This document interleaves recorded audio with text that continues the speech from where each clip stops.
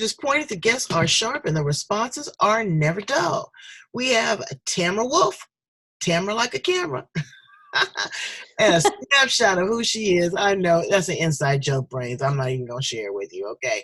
But know that she is here with us on the edge, and she is a mindset mastery maven. I'm going to have her define that for us because that's a big $25 term. You know, everybody's turning it out, and I want to see what's really going on, what's behind the scenes. Can you believe that she used to play hockey? Look at that little cute face. Would you ever think that was a hockey player? She's a ballerina. She worked with disabled and helped them work through dance to be able to express themselves and unlock some of the things that are trapped behind those disabilities. So, Brains, I want you to help me welcome to the Edge our guest today, Tamara Wolfe. Hey, hi, how are you? Great to be here, April. I know the struggle is real. So thanks so much for being here with us. This is a great opportunity for you to share with us what is this.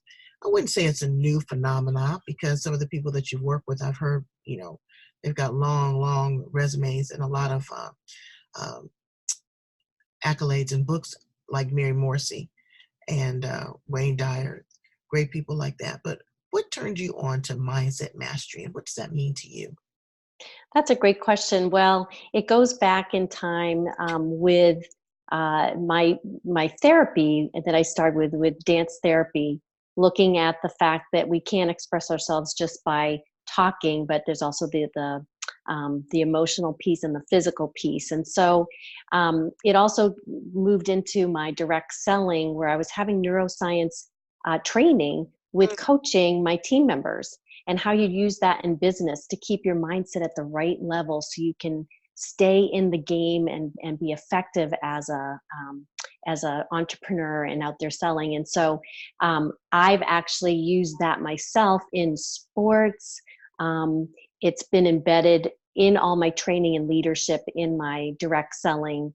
And I know for a fact that it works because I apply it every day. So it's just been an interest of mine for a while. And then when I came upon what I'm doing now, it was divine intervention. I found what I'm doing now, and it all gelled. It's a certain discipline, though, you know, because everybody's not coachable. Okay. So you have to want to be in that space, and you got to be able to, you know, take it for the long haul. This is not a sprint, it's a marathon. What are you instilling your clients to just kind of keep them motivated and keep them on track? Because people get distracted these days real easy. Great question. And we really start our whole coaching process with having them formulate their own vision of where they're going, so their why is big enough, and that it has that pull for them to want to follow through and stay on track. And then I'm helping them with tools that help them stay in the energy of positivity, as opposed to getting pulled into the negativity that we all get trapped in. Would you agree? Trapped like a rat. Yeah, we can get caught in negativity, Right. And then our energy is drained. That programming, that negative self-talk that just keeps rewinding over and over and magnifying. Exactly. Like somebody, but they got to change their frequency. And so you've done great work your entire career. You went back again and you were working with disabled through dance. Tell us a little bit about that. So I was a dance movement therapist, and so I was working with handicapped children to help them with the expressive side of themselves. You know, they were focused on physical therapy and rehabbing in that way, but we express ourselves, and we were looking at how to combine and help them find appropriate ways through movement and music to express themselves. And so it was amazing work coordinating with other therapists in this school that I was working at, and helping them through music and props to really identify the feelings that were going on inside. That's beautiful. You know, a lot of people use art therapy also. You know that really I worked with them too. Yes. Mm-hmm. But you have some ballet slippers yourself. So tell us about you, Twinkle Toes. Yeah, I've been dancing since I was little. In fact, my dance studio was right down the street. My teacher had a studio, and it was also a preschool, so I could go right down the street, and I performed and danced since I was 4 all the way through college. So tap, ballet, jazz. So I loved performing, and it actually was a great way for me to overcome being shy. My dance was my expressive way to be out there and to, even my English teacher in high school saw that I had trouble standing up and presenting in front of a class. And so she let me bring the whole class down to the auditorium and I did my dance for my project. Wow. So that was quite a forward-thinking teacher. So I so appreciated that. That's awesome sauce. That's awesome sauce. Well, again, you paid it forward by, putting those ballet slippers to good use with working with others. Um, but how did you get into some ice skates to play hockey? That's what Well, my dance teachers and my there. I know my dance teachers and my coaches were like, these do not go together. But I grew up in Massachusetts. We had an ice rink that my dad built in our backyard. The whole neighborhood would come and play hockey. And so the question was, do I want to play hockey or do I want to do some figure skating? And the whole bunch of us girls said, we want to do ice hockey. So my dad got us into that. And I played hockey from middle school through college. I played college club hockey. So, and then I became a coach in that with my kids down here in Virginia. So it's been a family affair. Always, we love our hockey. Okay. And what's your team? What's your favorite team? The Capitals here in Washington, D.C. Okay, the Capitals. I think we're the Ducks. So I tried to watch hockey and I really kind of liked it. I wouldn't turn it off. It is a fast-paced sport. It's a little aggressive, but you have to have stamina and endurance. You really do, because they're moving fast on that ice. And you're moving fast on ice too.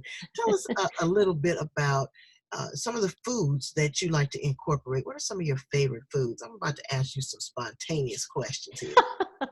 Well, one of my favorite ones that I've just kind of grown into is avocado. Mm. I like the taste, but I also like what it does for you. It gives a little flat belly and it fills you up. My mother says that avocado has no taste.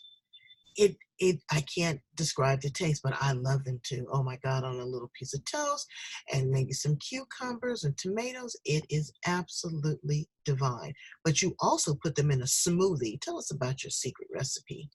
Yeah, the smoothie, the nice thing about an avocado, it brings that really thickness to the smoothie. So I put berries in there. I put coconut yogurt, the avocado, sprinkle a little bit of unsweetened cocoa. That's really good for you as well. And then a little ice and water, and just blend it up, and it's frothy and just delicious. Really frothy and delicious. All right. So the next question is, if there was three things that you just couldn't live without, what would they be? Oh goodness, that's a great question. Going to the beach, not getting to the beach. I don't know if that's necessarily a thing. Also, a chance to exercise and dance and have music, and friends, friends and family. Well, that's absolutely beautiful. What is your biggest pet peeve? Oh, that's a great question. Let's see. Uh,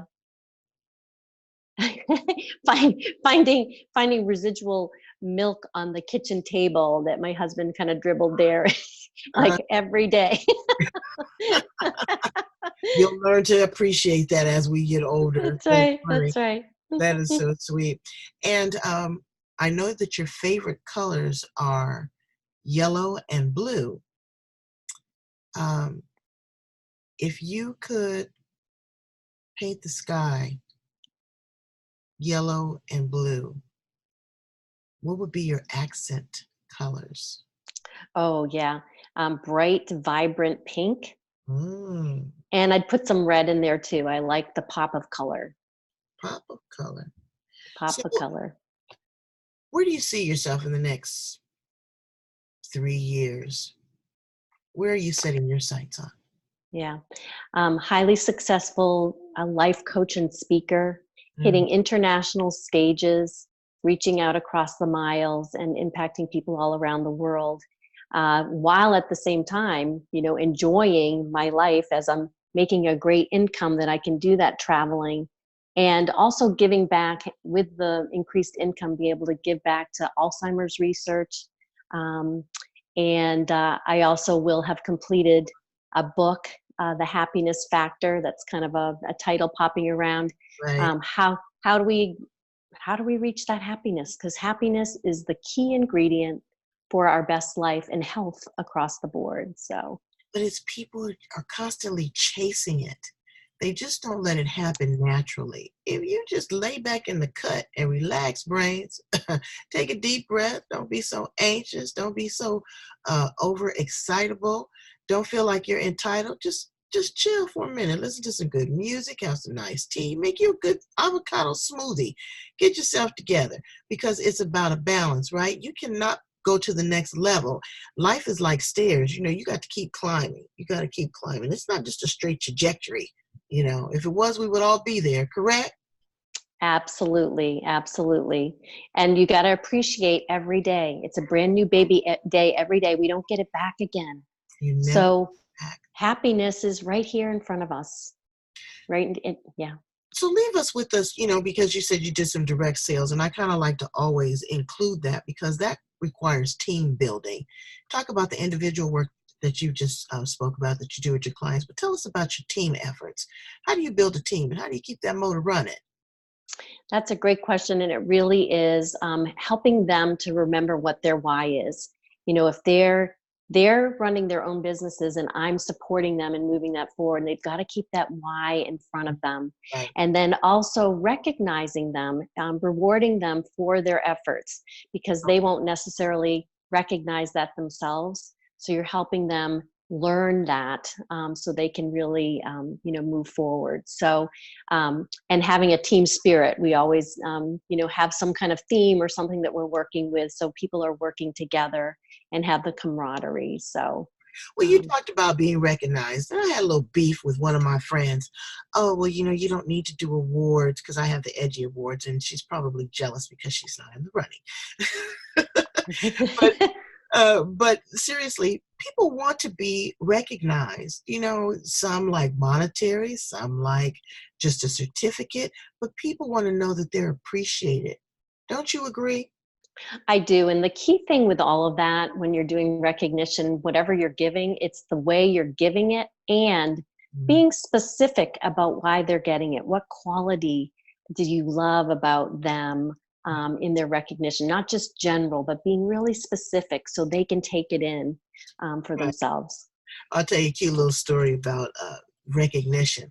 So I asked my daughter a while back, I said, sweetheart, I said, you're not dating. I said, what's going on? You're an attractive girl and yada, yada, yada. She goes, Mom, she says, I don't want my life to be like a T-ball game.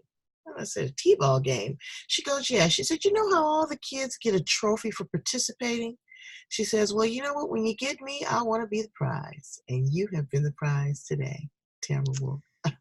It's been a joy to be with you, April. You have a big heart, and I so appreciate it. Oh, yes, yes, yes. And this is more to come. Okay. This is the beginning of a relationship. Okay. Well, you don't just fall off the edge. I got you. I I love it. Okay.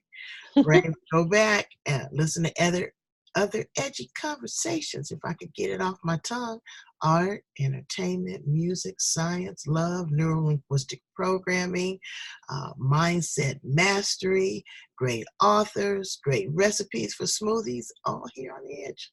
I'm counting on you. Come on back. I'll be here. Bye. Bye.